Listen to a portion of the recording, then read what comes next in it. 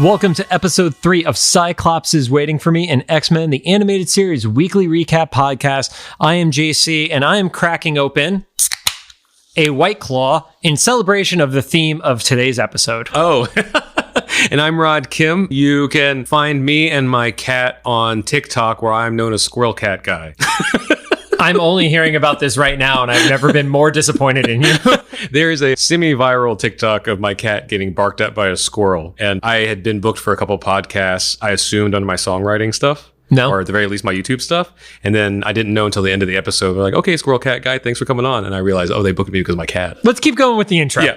Cyclops is Waiting for Me is our weekly podcast series where we are going back and watching every single episode of the original 1992 X-Men, the animated series, in their original intended script order, building up to the release of X-Men 97 coming to Disney Plus in 2023. We got some typical rigmarole here with some reminders for you. We are a recap show about a series that came out 30 years ago. So there are going to be spoilers. The entirety of the show will be spoilers. If you, for some reason, don't want it spoiled for you, pause the podcast, pull out your DVDs, go to Disney Plus, do whatever you want to, watch the episode, and then come back. What we do promise to do is to avoid mentioning anything about future episodes of the show, just in case you're watching it in real time with us, which props to you if you're doing that. But we're going to talk about what happened in the episode. And just for transparency, we are not sponsored by or affiliated with Disney or Disney Plus in any way, shape, or form, because I'm still paying for my subscription. That's how we know we made it.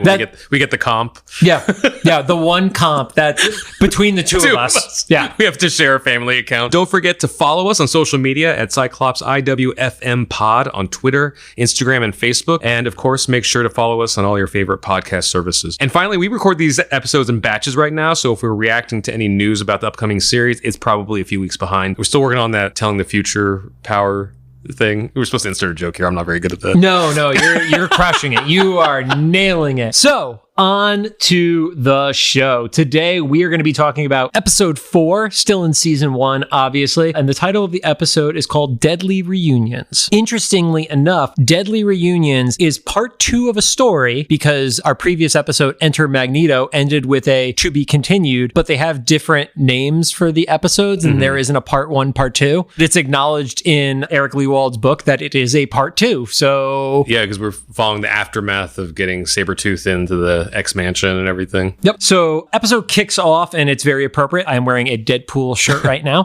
But the episode kicks off, and this is actually the first time we see animated Deadpool anywhere ever. And it is in Sabretooth's mind, and Professor X is examining in there, and you see 6 characters. You see Deadpool and Wolverine together. You see Maverick, and then depending on if you're reading comics or watching the animated series, the character Shiva/Talos is shown. That's the weird robot with the spiky head thingy. You see a unnamed blonde woman who, in the research of prepping for the show, I've seen some theory that it is a personality of Mystique, but it was actually really hard to find anywhere that gave any sort of official confirmation. And then Omega Red. So while we know who most of these people are, the only one that we actually know of by name in canon of the series is Wolverine. And you see in I don't think it would even, it's not considered the astral plane because that's a whole other separate thing. But in Sabretooth's mind, you see him and Xavier kind of spiritually combined. Yeah, it was mentally combined. Yeah. It was like the psychedelic representation of like Professor X's like version of therapy. Yeah. Almost, yeah. And then when they combined, it was really weird. It was basically like Professor X with like mutton chops. Yep. Yeah, he had like spiky mutton chops. It wasn't even full mutton chops. They had like the like point at the end of them. And there were these like obscure demons. And then one of the demons obviously was supposed to represent Wolverine. You had the color. You had the fact that it looked a little bit like a rabid Wolverine demon and such. He had the cowl and the claws and stuff. Yeah. I love that. I made a note about that point. I was like, I love how Professor X's dialogue was like, what are you hiding? I was like, that is clearly Wolverine. Because he's not hiding anything. Yeah, that one isn't very well hidden. But he has this big box in the middle that Professor X cannot get into the mental form of Sabretooth, jumps in there and is like hiding, and Professor X assumes that this is trauma. And throughout the course of the episode, we find out it may be trauma, but it also may have been some other secrets in there. Yeah. The thing that stood out to me early in this episode is there is the first mention of the phrase homo superior. And looking into some of the research on it, that was one of Stan Lee's notes that he had given that he wanted inserted into the script. And Eric had a lot of conflict with Stan, because Stan had a lot of legacy ideas about what an X-Men show should be, and it didn't feel like a modern show. Eric acknowledges this is probably one of the last notes that Stan had given him that he actually put into the script. And Eric, to this day, doesn't like it. And it's just really weird to me because this was such an early introduction to the X-Men for me. But calling mutants homo superior is just a part of their identity to me. So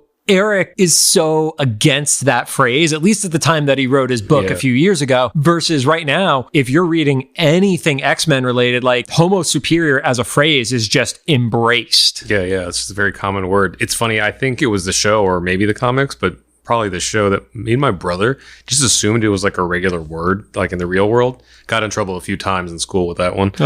Yeah. I mean, it obviously makes sense if you're looking at it from how species are designated with homo sapien and homo superior. It sounds like it could be something that's a part of it, but I'm sure a teacher who doesn't understand what homo superior means could definitely see it as being something on the negative side. We also start to get a little more of the interaction between Sabretooth and Professor X here. And one of the other characters, I forgot who, I didn't write it down, so I'm horrible at notes, but not as bad as Rod is, basically asks why Wolverine does not like Sabretooth, not to the point of not even liking him, but like wanted him to get killed in the courtroom scene. It sounds like something Jubilee would ask. It might have been, And he basically said, we used to be pals and we worked together until he wasted some friends of mine. And again, this is our third episode in a row for the series that has acknowledged death in some way, shape, or form. Because you don't say wasted as in, they beat them up, they were wasted. And it's like, no, you offed somebody to get to that because point. Wolverine was like willing to kill him earlier, so you just kind of assumed that those were the stakes. Yep. And it also introduces this kind of like dichotomy of like Professor X and Magneto's rivalry, and then Wolverine and Sabretooth's rivalry, and then Wolverine obviously like addresses that a little bit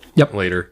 Yeah. Oh, yeah. There's a great line. So I won't jump ahead to the line, but basically we see Magneto is going to do his follow up on the attack from the military base. And he decides to attack Metro Chemicals, which wholly generic 90s name. I was wondering if that was a reference to something. If it was, I couldn't find it, but it just is the most generic name to not piss off anybody and is super obscure and basically uses the humans there as bait because he knows he's back on Professor X's radar and he knows that Charles has a love for humanity. So if he publicly makes this attack, that Charles is going to come to the rescue with the team. And again, it was just really hilarious to me that it's like Metro Chemicals. Yeah. Before we move on too much further, there was a funny line in there that I saw is like, I only realized later when I was older that like Professor X, when he was in Sabretooth's mind, he's like, I'm trying to penetrate the recesses of his mind. And then Wolverine's like, I'll penetrate his recesses.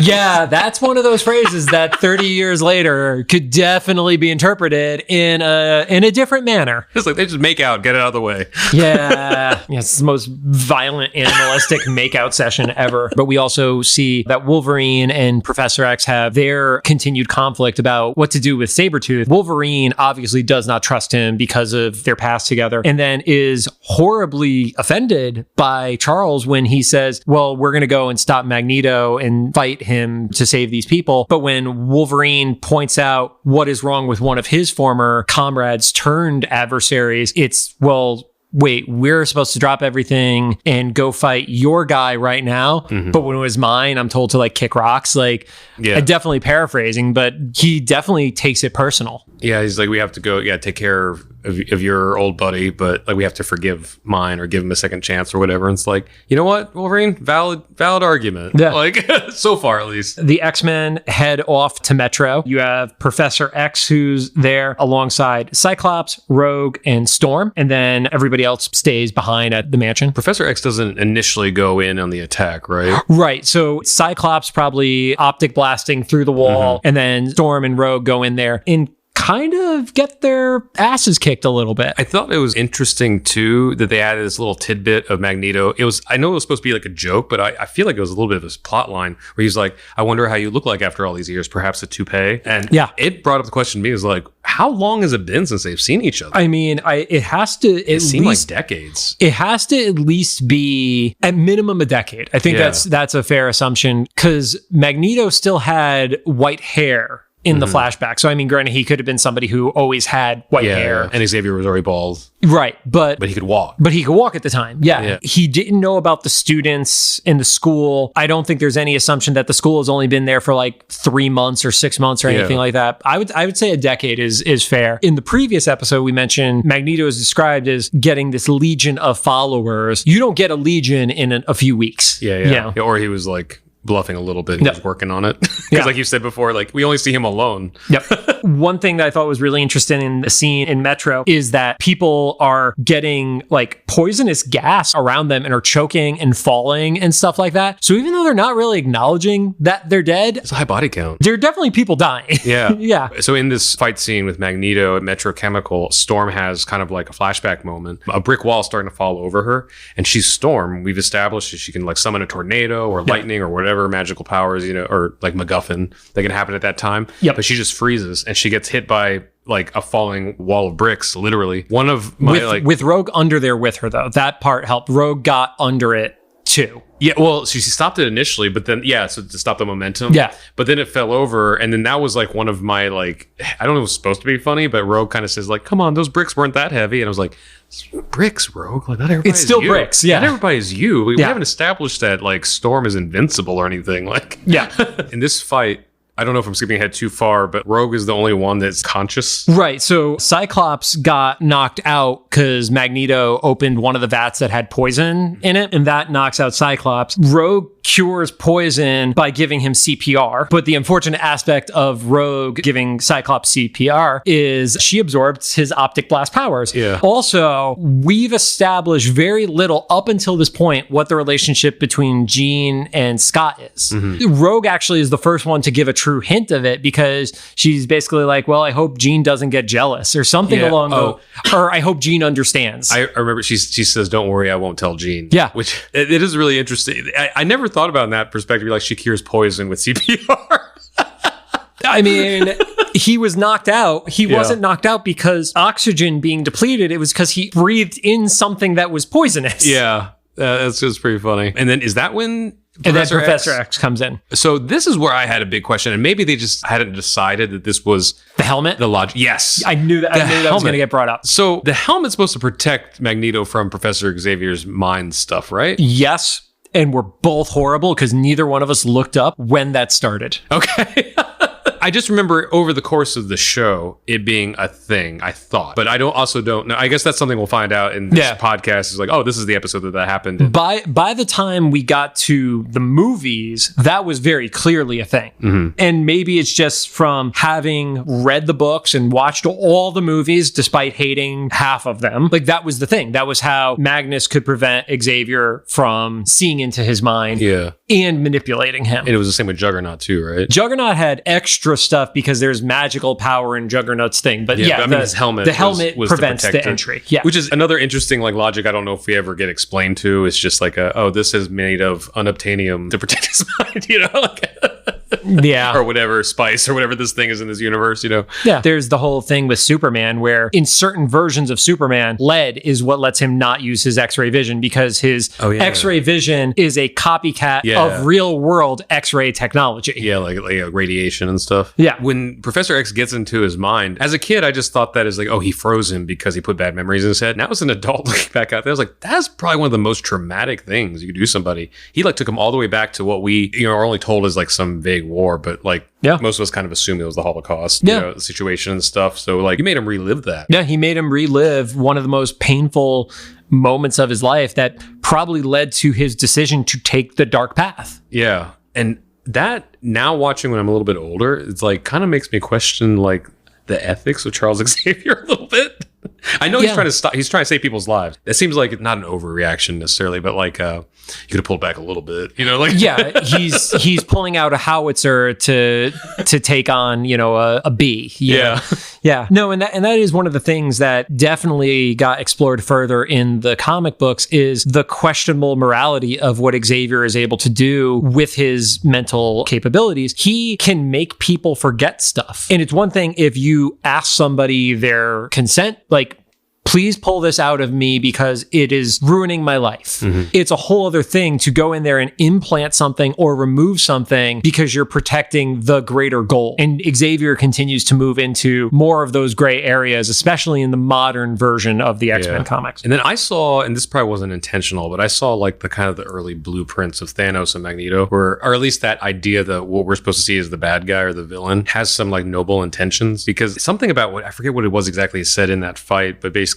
he was just like, I'm just trying to protect like our kind, and stuff. And I was like, there's part of your argument that's like not too far off. Yep. Oh, you know what it was? It was probably something to the effect of him being like, look at how they attack us, and they we'll never be safe. Yeah. So it's like, okay, so we're priming this 10-year-old for like when 30-something-year-old Rod is going to see like Endgame. Like, we're like, oh, you know what? This is not all bad. At that point, once Xavier has gotten into Magneto's head, Magneto decides to retreat, and it kind of ends the conflict that's going on at the chemical plant. We see a shot of Senator Kelly referencing some of the previous attacks. He references the attack that just happened at the chemical plant, and he decides to use that point to declare his bid for presidency. And this was one of the ones that really, really jumped out because they start throwing out some really loaded phrases. He talks about relocation for mutants and actually talks about internment camps, and it was like, oh wow, they're going heavy with this. Like, they're not being subtle with their comparisons and allegories. Like, they're just straight up saying, we are putting these people into camps right now. Yeah, and that probably is additional justification for Magneto, because he's like, I've seen this before. Yeah, I think in the show, because they don't acknowledge the Holocaust, I think it's more to hit us as the viewer. Yeah. But I mean, even if you take out, he still could have grown up and seen some sort of war-torn, like internment situation or some sort of version of that. So it rings familiar to Magneto, but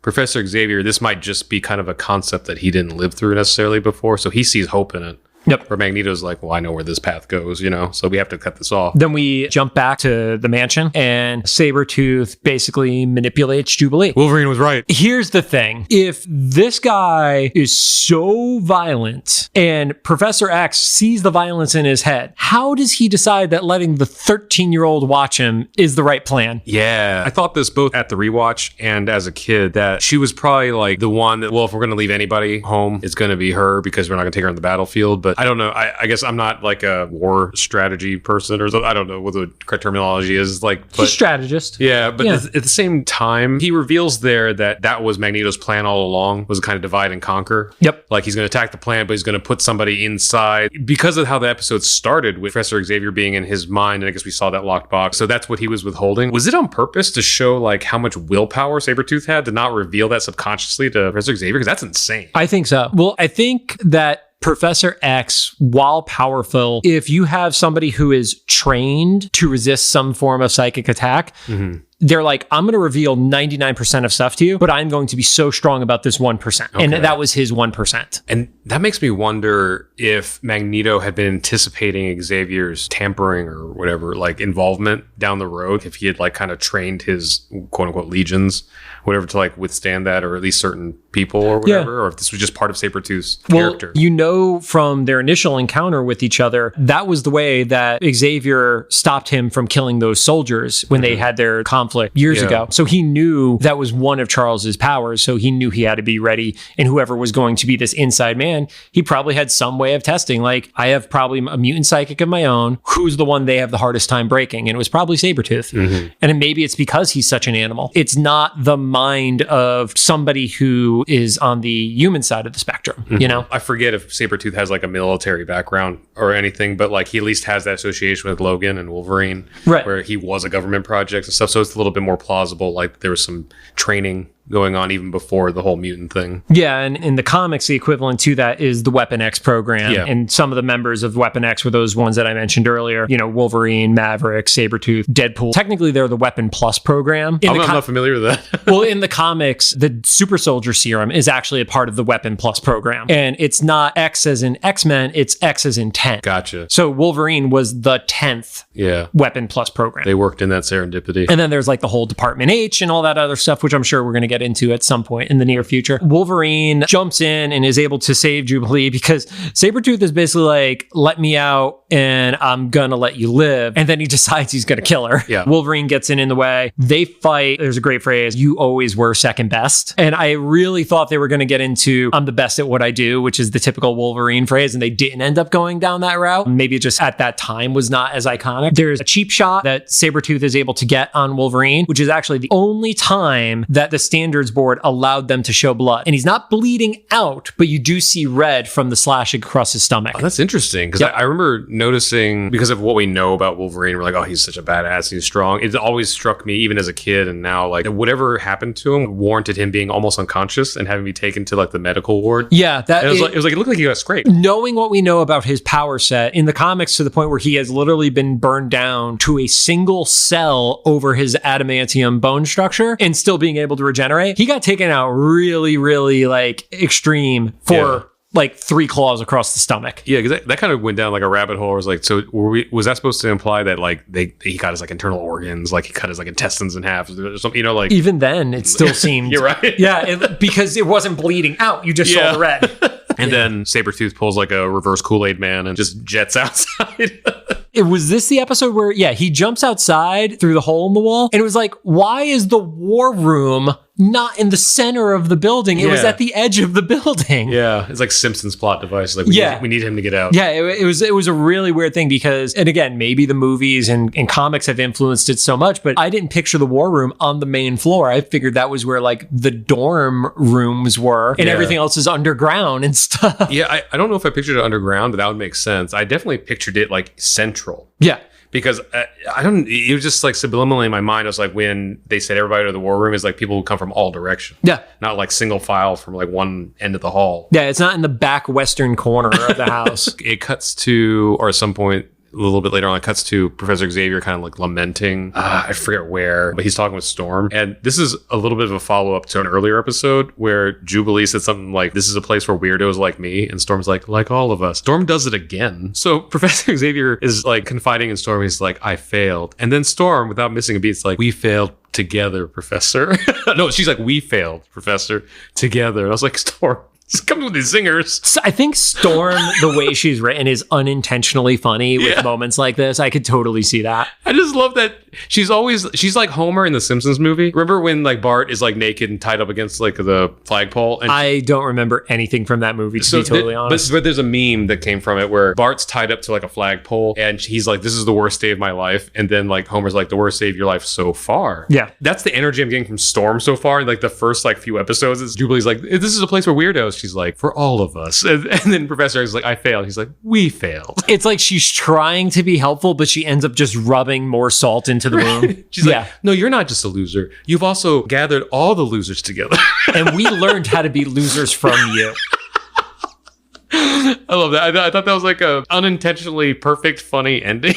The episode. I do remember this story in particular because when they released the companion comic book, which a lot of the early issues were one-to-one recreations of the TV episodes. Okay. This was one that stood out to me, was this particular episode because it had the fight between Wolverine and Sabretooth within it. Any other closing thoughts on this part 2, not called a part 2 episode? I can't think of anything else. Like it was mainly that Storm came back with another zinger that was almost like a format from the previous one that was like, oh, call back. Storm and her motivational speeches. All right. Well, I think that is it for this week. Thank you for joining us. If you have any thoughts, make sure to drop in the comments of either the YouTube upload of this or the official Instagram post for this episode. If you like what you heard, we appreciate any rating on any of the podcast apps or on every one of the podcast apps. Yeah, we need to figure out an outro, Rob. We have to memorize one of like Storm's like monologues she gives before she summons lightning or something. You could do that.